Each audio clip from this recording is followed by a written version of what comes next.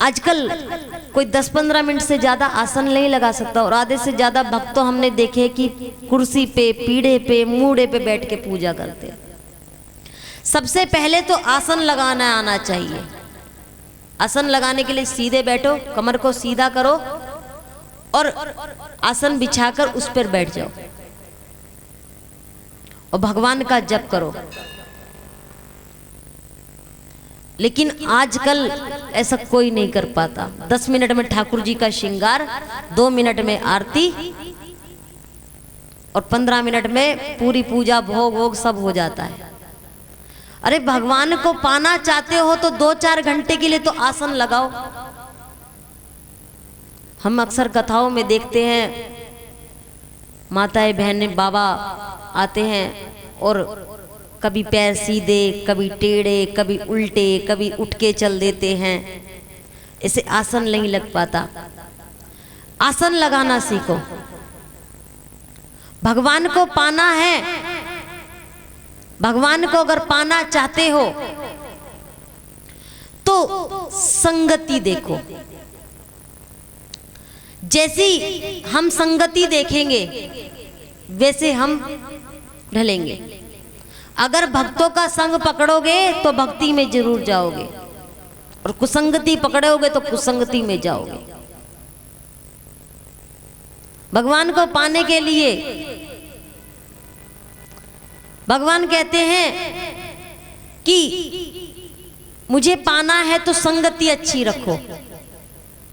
यहां पर सुखदेव मुनि महाराज से राजा परीक्षित कहते हैं कि महाराज गुरुवर एक बात बताओ कि हम संगति तो अच्छी करना चाहते हैं, हम अच्छे लोगों से संपर्क करना चाहते हैं, पर अपने आप ही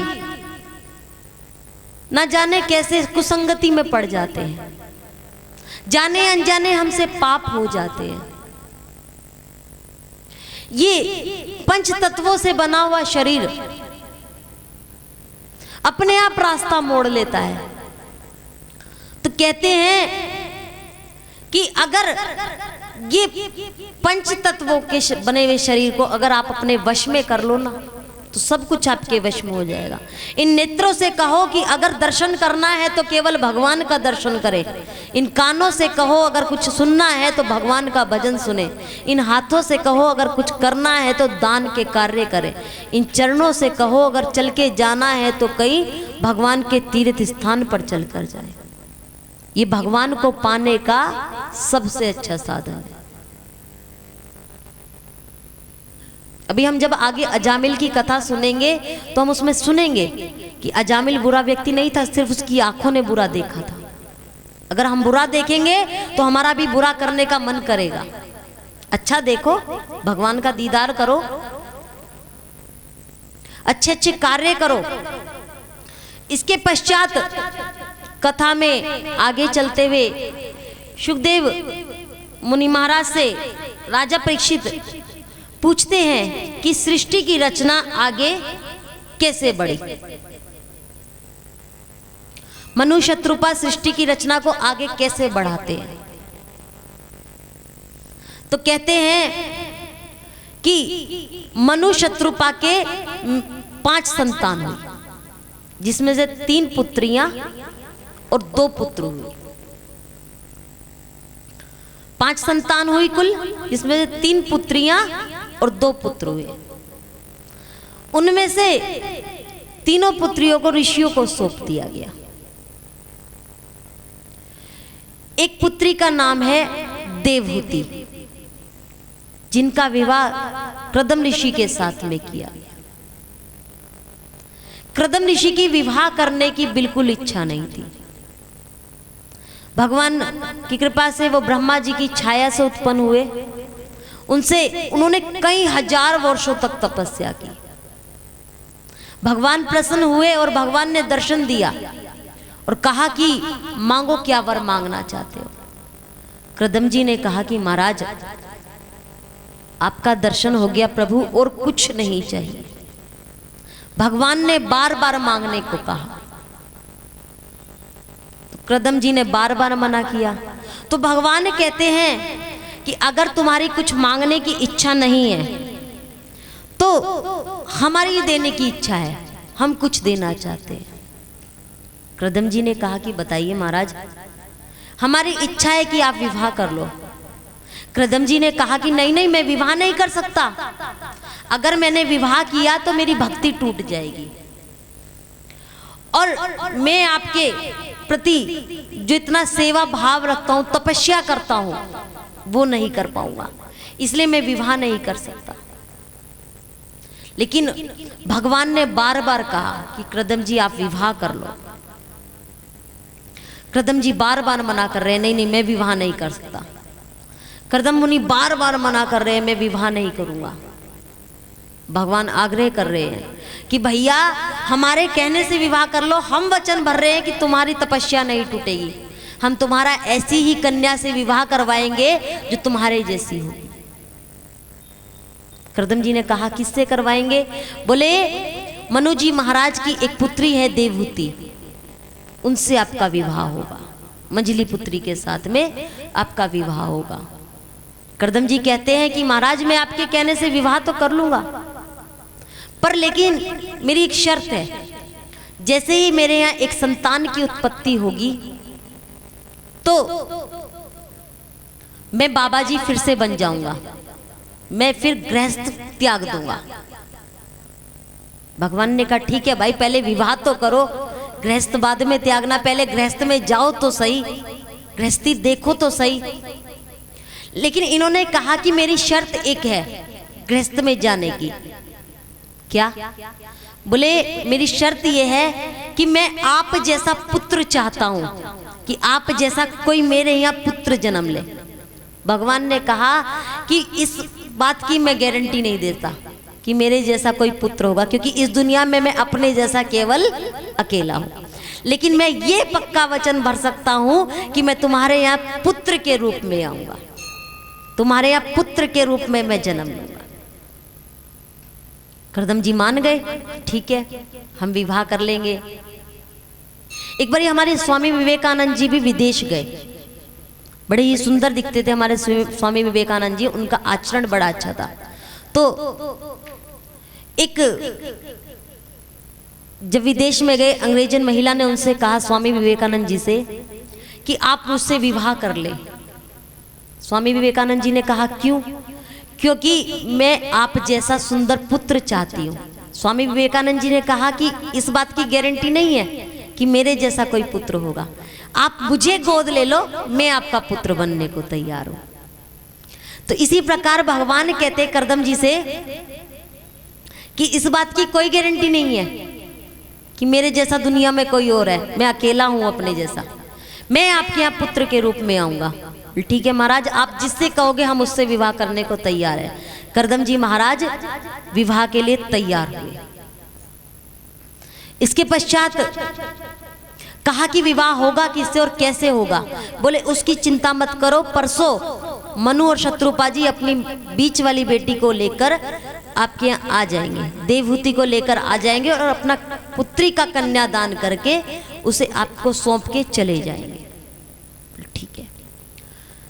एक दिन बीच में बीता और उधर मनु जी महाराज और शत्रुपा महारानी को बता दिया गया कि आपकी पुत्री का विवाह कृदम जी के साथ में होगा, अपनी पुत्री का विवाह उनके साथ में करवाए।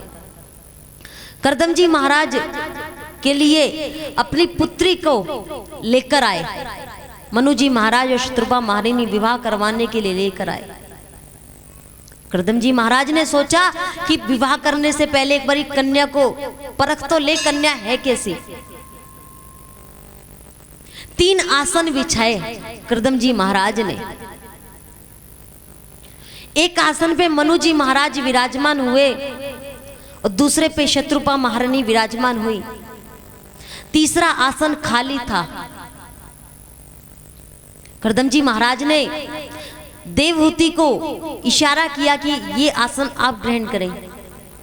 देवहूति ने कहा हे स्वामी, आप मेरे होने वाले पति हैं, तो मेरा जो आसन है वो आपके चरणों में है, मैं इस स्थान पर नहीं बैठ सकती, आप बैठिए। कृदम जी महाराज ने कहा कि कन्या तो बहुत अच्छी है, संस्कारी है, आगे हमारी पूजा पाठ तप में किसी प्रकार का कोई कष्ट नहीं होगा। हम इनसे विवाह करने के लिए तैयार हैं। मनु जी महाराज और शत्रुपा महारानी ने अपनी पुत्री का कन्यादान किया और विवाह करवाया। करदम जी महाराज के साथ में विवाह हुआ।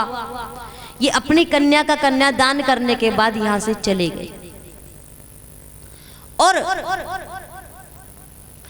इधर विवाह के पश्चात करदम जी ने कहा कि देवी हम थोड़ा तप करना चाहते हैं। ठीक है। तप में बैठे और तप करते करते कई हजार वर्ष बीत गए। कई पुराणों में लिखा है कि 12,000 वर्ष तक का वो तप था, कहीं पे 1200 वर्ष का लिखा है। तो जो मैंने भागवत जी में पढ़ा वो 12,000 वर्ष का तप पढ़ा। 12,000 वर्ष हो गए तप करते करते। माता देवहूति अपने पति की सेवा करती है, करदम जी की सेवा करती। सुबह जल लेकर आती और उनको स्नान करवाती, भगवान के लिए प्रसादी बनाती, भोग लगाती। और 12,000 वर्षों तक उन्होंने निद्रा ग्रहण नहीं की, नींद नहीं ली कि मेरे पति तप में बैठे हैं, मैं कहीं सो गई और उनका तप टूटा तो इनका मेरे प्रति क्या विश्वास होगा। इसीलिए वो 12,000 वर्षों तक सोई नहीं। जब 12,000 वर्षों बाद करदम जी का तप टूटा तो उन्होंने देखा कि सामने कोई कन्या बैठी है। वृद्ध हो चुकी थी कि सामने कोई स्त्री बैठी है। भूल गए कि हमने विवाह किया था और पूछा देवी आप कौन? तो बताती हैं कि मैं देवहूति, आपकी धर्मपत्नी। कहते हैं हमारा विवाह कब हुआ मुझे तो याद नहीं है। बोले स्वामी कई हजार वर्षों पहले मेरे माता पिता आए थे और आपको मुझे सौंपकर चले गए थे। हमारा विवाह हुआ था, कन्यादान करके वो चले गए थे। उसके पश्चात आप तप में बैठे, मैंने आपका तप तोड़ा नहीं, आप तप करते रहे। तो कहा कि आप इतने वर्षों से अपने घर नहीं गई? बोला नहीं मैं अपने घर नहीं गई, मैं यहीं आपके चरणों की सेवा कर रही थी।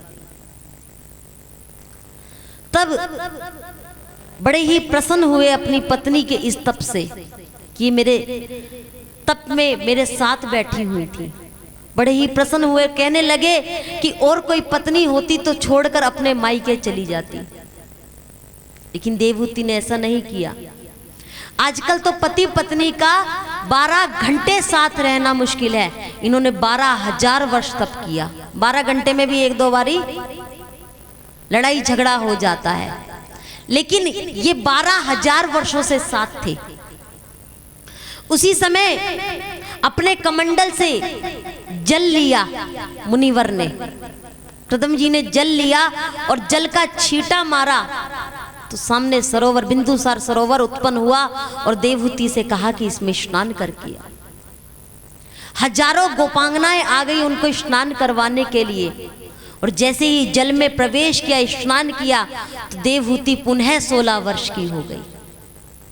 करदम जी ने भी स्नान किया, पुनः 20 वर्ष के हो गए। कादम नामक विमान बनाया गया, और ये एक ऐसा विमान था कि जिसको आज का आपका साइंस भी तैयार नहीं कर सकता। बिना पेट्रोल बिना डीजल के उड़ने वाला विमान था, जिसमें हजारों कमरे थे। देवहूति को उसमें बिठाया और कई हजार वर्षों तक उसमें भ्रमण किया। पूरी दुनिया घूमी गई उसमें, विमान में। उसी विमान में देवहूति और कदम जी जो द्वारा 9 कन्याओं की उत्पत्ति हुई, 9 संतानों की उत्पत्ति हुई, 9 कन्याएं उत्पन्न हुई। जब याद आया कि हमने तो भगवान से कहा था कि एक संतान के जन्म लेते ही हम बाबा जी बन जाएंगे, तो कदम जी ने अपने माथे पे हाथ मारा, ये क्या हो गया? यहाँ तो 9 बेटियां हो गई। महाराज आज के समय में कोई एक से दूसरी बेटी नहीं चाहता, उनके यहाँ 9 बेटियां हुई थी। तो याद आया और कहा कि अरे ये क्या हुआ? दोनों बेटियां, और सोचा कि अब बाबा जी बनने का समय है। कमंडल उठाकर जाने लगे कि देवी अब तुम अपना गृहस्थ स्वयं संभालो, हम जा रहे हैं तप करने। माता देवहूति चरणों में लेट गई, स्वामी ऐसा ना करें, इन 9 कन्याओं का पालन पोषण मैं कैसे करूंगी, इनका विवाह कैसे करूंगी। जाने से पहले एक पुत्र देते जाओ, उसके बाद आप बाबा जी बन जाना। जाने से पहले एक पुत्र देते जाओ। जैसे ही पुत्र का नाम लिया तो याद आया कि भगवान ने कहा था कि मैं आपके यहाँ पुत्र के रूप में आऊंगा। रुक गए, तपस्या पे जाने से रुक गए। भगवान क्या इनके यहाँ पे अवतार हुआ, कपिल देव अवतार। ये 5वां अवतार था भगवान का। कपिल देव अवतार में भगवान आए और उसके पश्चात कदम जी महाराज बाबा जी बनने के लिए, तप करने के लिए वन में चले गए। और ये जानती है माता देवहूति कि और कोई नहीं है, ये साक्षात ठाकुर जी है। एक दिन सवेरे सवेरे माता देवहूति उठी और कपिल भगवान का पूजन करने लगी, तिलक करने लगी, उनके चरण धुलाने लगी जल से। कपिल भगवान बोले, माँ ये क्या हो रहा है, आज गंगा उल्टी क्यों बह रही है, मुझे आपकी सेवा करनी चाहिए, मुझे आपके चरणों की सेवा करनी चाहिए, लेकिन ये हो क्या रहा है, आप मेरी सेवा कर रही हैं। माँ कहती है, बेटा कपिल, मैं जानती हूं कि तुम साक्षात परमात्मा हो, वो सच्चिदानंद तुम ही हो। मेरे मन में बहुत सारे प्रश्न उठ रहे हैं, बहुत सारी जिज्ञासा उठ रही है, जिसके बारे में मैं आपसे जानना चाहती हूँ। क्या माँ? बोले, मैंने गृहस्थ अवस्था में बहुत कुछ देखा, मेरे यहाँ 9 बेटियों का जन्म हुआ, मैंने अपने माता पिता के यहाँ अपना बचपन बहुत अच्छा बिताया, पति ने मेरे को हर प्रकार के सुख दिए, मैंने कई वर्षों तक भोग वासना भी की, पर मेरे मन को शांति नहीं मिल रही है। मेरे मन को शांति कैसे मिलेगी कपिल, ये बताओ। मुझे भगवान की प्राप्ति कैसे होगी, क्योंकि मन को शांति तभी मिलेगी जब आप भगवान की प्राप्ति कर लेंगे। व्यक्ति जीवन में सब कुछ करना चाहता है, भगवान को प्राप्त नहीं करना चाहता। दुनिया में धोखाबाजी हम बहुत करते हैं, चोर चकारी झूठ फरेब बहुत कुछ करते हैं, धन के माया के पीछे पहुंच रहे हैं, भागे जा रहे हैं धन माया के पीछे। अरे वो धन माया बनाने वाले के पीछे कौन भागता है? कोई भागता है क्या? नहीं भागता। रात को सोने से पहले ये चिंता हो जाती है कि सुबेरे खाएंगे क्या, सुबह बनाएंगे क्या, सुबह के बारे में पहले सोचने लग जाते हैं।